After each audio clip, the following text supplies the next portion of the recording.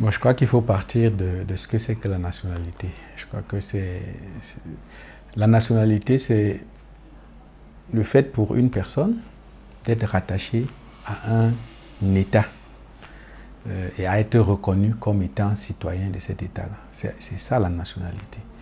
Et il faut savoir donc que on peut l'obtenir de plusieurs manières. On peut l'obtenir par la naissance, on peut l'obtenir par la naturalisation, on peut l'obtenir par le mariage. Et quel que soit le mode par lequel on l'a obtenu, on le conserve, on la conserve autant pour moi, jusqu'à... On peut la perdre, on peut l'obtenir, on peut la conserver, mais on peut également la perdre. Quand on a dit cela, on peut donc revenir dans le cadre du sport, où les règles sont un peu plus souples. C'est-à-dire qu'il est possible pour une personne ayant une nationalité étrangère de jouer pour une équipe nationale qui ne soit pas forcément de sa nationalité naturelle, si vous voulez. Et je crois que c'est à ça que vous faites allusion lorsque vous parlez de la nationalité sportive et celle administrative. La différence vraiment, c'est à ce niveau-là, c'est-à-dire les instances sportives vous reconnaissent le droit de pratiquer votre football ou de jouer pour le compte d'une équipe nationale, bien qu'étant d'une nationalité autre que cette équipe nationale. Il y a un certain nombre de conditionnalités où, avant un certain âge, il ne faut pas que vous ayez joué pour le pays dans lequel vous vivez ou dont vous détenez la nationalité. Il ne faut pas que vous ayez joué. Je pense qu'il y a un certain nombre de matchs, il y a un certain âge, à partir de la majorité, ce n'est plus possible. Mais vous pouvez conserver votre nationalité, celle que vous appelez administrative, bien que ayant choisi de jouer pour un pays qui n'est pas votre nationalité d'origine ou votre nationalité administrative ou sur les papiers, comme on peut le dire.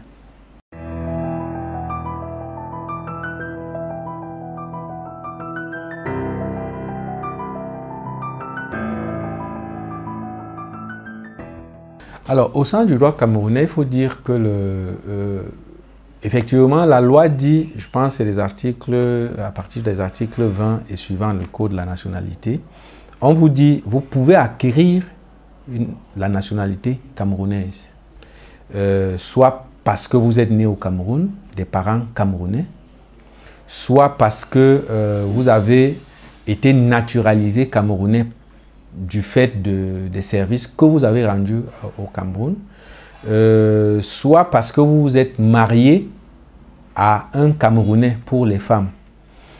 Et dans tous ces cas-là, on constate la nationalité par les documents administratifs. Un passeport, le certificat de nationalité. D'ailleurs, pour aboutir au passeport ou à la carte nationale d'identité, il y a déjà l'acte de naissance qu'on vous demande.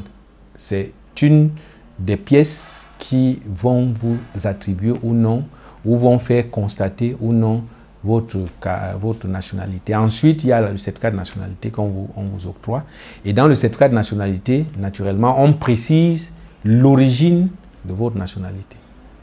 Et c'est le tribunal de première instance du lieu de résidence qui donne le certificat de nationalité. Et je crois que c'est les services de police qui donnent la carte nationale d'identité ou le passeport.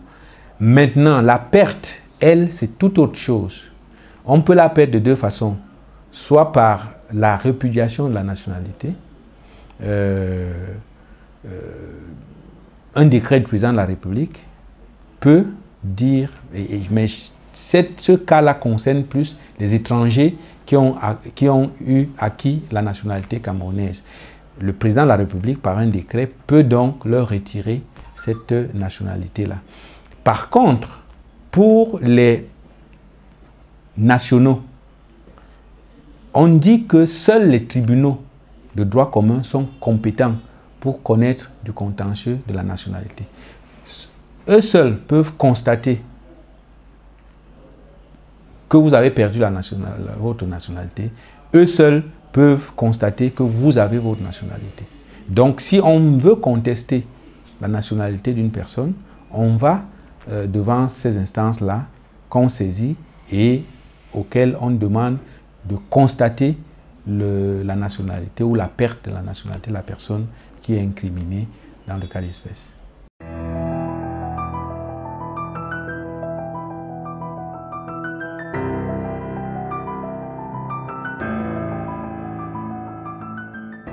Oui, mais il y a une...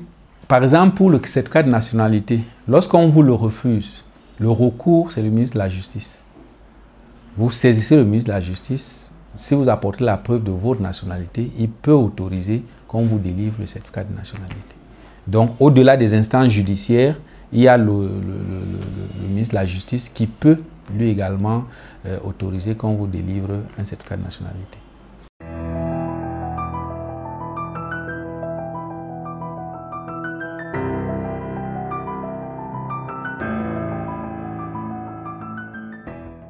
Alors, il faut savoir que dans le cas de Hervé Emmanuel Nkom, ce n'est pas la Cour constitutionnelle qui a constaté l'absence de citoyenneté ou l'absence de nationalité de Hervé Emmanuel Nkom.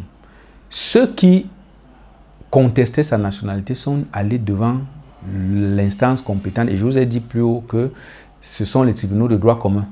Et je crois que dans le cas d'espèce, c'était le tribunal de grande instance du Vouri qui avait constaté la double nationalité d'Hervé Emmanuel Nkom. En tout cas, avait constaté que Hervé Emmanuel Nkom avait une nationalité autre que la nationalité camerounaise. Or, la loi dit que la nationalité camerounaise est exclusive de toute autre nationalité. Donc, si vous avez la nationalité camerounaise et que vous preniez une autre nationalité, si vous la conservez, à ce moment-là, vous perdez la nationalité camerounaise. Mais tout cela, on doit le constater. Donc, vous pouvez avoir pris la nationalité, une autre nationalité. Maintenant, encore faudra-t-il qu'on prouve que vous l'avez conservée.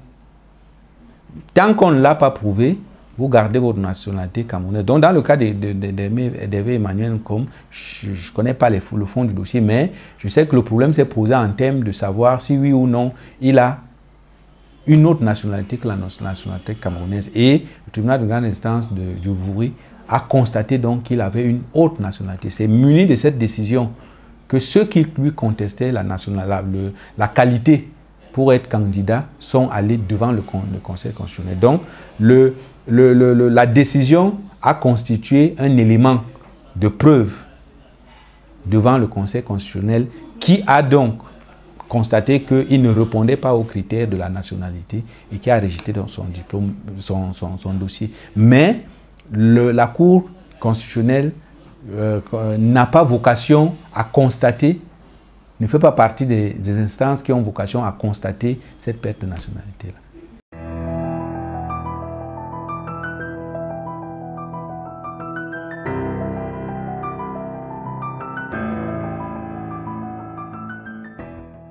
Alors, je crois que le raisonnement est simple. On regardera, est-ce que Samuel Eto'o, au cours de sa vie, a eu une autre nationalité que la nationalité camerounaise? Première question. Si la réponse est oui, est-ce qu'il a conservé cette nationalité? Si la réponse est oui, il faudra aller devant la juridiction compétente pour que cette juridiction constate. Mais on ne peut pas faire comme ça a été le cas dans d'autres organes au Cameroun de gestion de droits d'auteur et autres, où le seul fait d'apporter une photocopie du passeport de la personne a suffi pour qu'on l'écarte. Un passeport, ce n'est pas la preuve de la nationalité. De toutes les façons, c'est la preuve de la nationalité, mais seul le tribunal doit constater que si vous avez eu ce passeport à un moment donné, vous avez gardé cette nationalité et donc vous avez conservé cette nationalité et vous avez perdu la nationalité camerounaise. Ça doit être constaté par le tribunal. Donc, pour revenir au cas de Samuel Eto'o, si ceux qui contestent sa nationalité, si tel est le cas, apportent toutes ces preuves-là et obtiennent une décision d'un tribunal, ils peuvent effectivement l'écarter avec succès du processus électoral si tel est le but visé.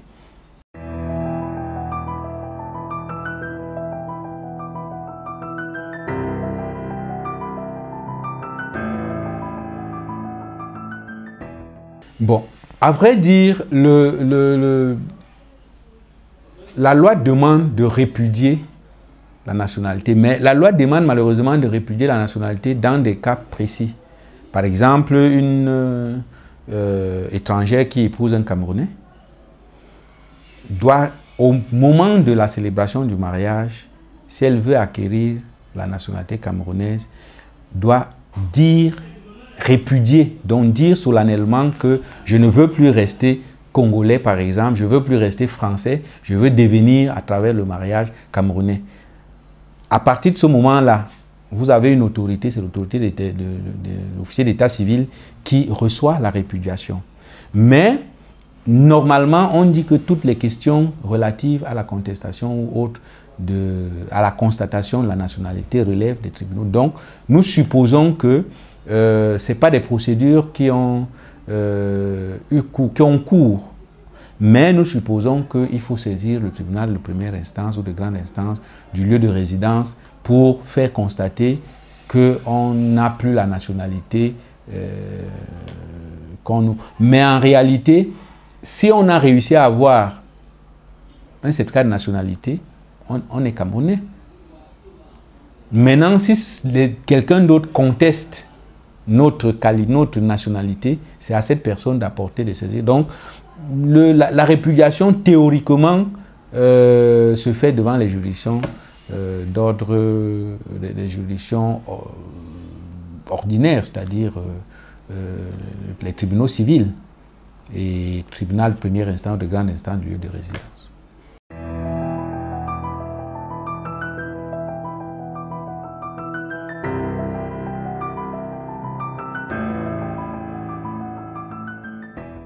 Alors, d'abord, pour qu'un cas fasse jurisprudence, il faut que ce cas ait été résolu par une décision de justice. Donc, et c'est un ensemble de décisions de justice qui ont un même point de vue qui constitue la jurisprudence. Ou alors, une décision de justice qui marque la rupture entre une position antérieure et la nouvelle position. Voilà les deux cas où une décision de justice fait jurisprudence.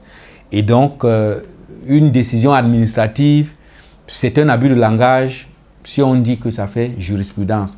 Mais, abusons de ce langage et disons qu'il y a eu le cas Ndédi Eyango. Est-ce que ce cas peut faire jurisprudence? À mon avis, ça ne devrait pas faire jurisprudence. Je suis un peu gêné de la manière dont le problème de nationalité est posé au Cameroun. Parce qu'on le pose ce problème selon les intérêts en jeu. Quelqu'un ne nous arrange pas, on pose le problème de sa nationalité sur la table. Quelqu'un d'autre qui est dans la même situation nous arrange, on ferme les yeux dessus. Donc, je ne pense pas que ça devrait se poser comme ça. On devait véritablement aujourd'hui, c'est certainement une occasion de revenir sur ce problème de la binationalité. Qu'est-ce que ça nous apporte? Il faut qu'une décision politique soit prise pour mettre un terme à cela. Et cette décision politique ne peut être prise que par peut-être le président, par le président de la République ou disons par les pouvoirs publics pour trancher de manière définitive. Est-ce qu'on peut avoir une double nationalité mais ne pas l'accepter quand ça nous arrange? Parce que si nous revenons sur le cas de Ndédi Eyango, qui peut nier tout ce que Ndédi Eyango a fait pour la musique camerounaise et la culture camerounaise de manière globale? Si on va sur le plan du football, qui peut nier ce que Samuel Eto'o et les autres ont apporté à notre pays dans le domaine qui était le leur? Et on peut aller comme ça sur le plan scientifique, sur tous les autres plans.